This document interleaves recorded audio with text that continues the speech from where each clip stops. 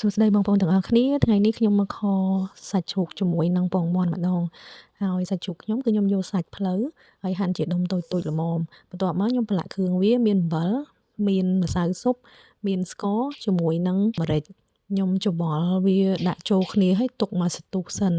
បន្ទាប់មកខ្ញុំទៅដាក់ស្ងោរពងមាន់ហើយបន្ទាប់ពី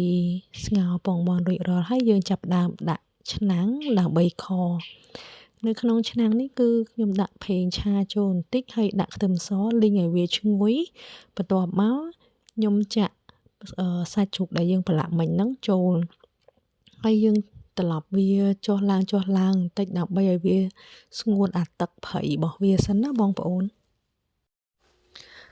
បន្ទាប់ពីវាស្ងួតទឹកប្រៃហើយខ្ញុំបានថែមនៅម្សៅស៊ុបជាមួយនឹង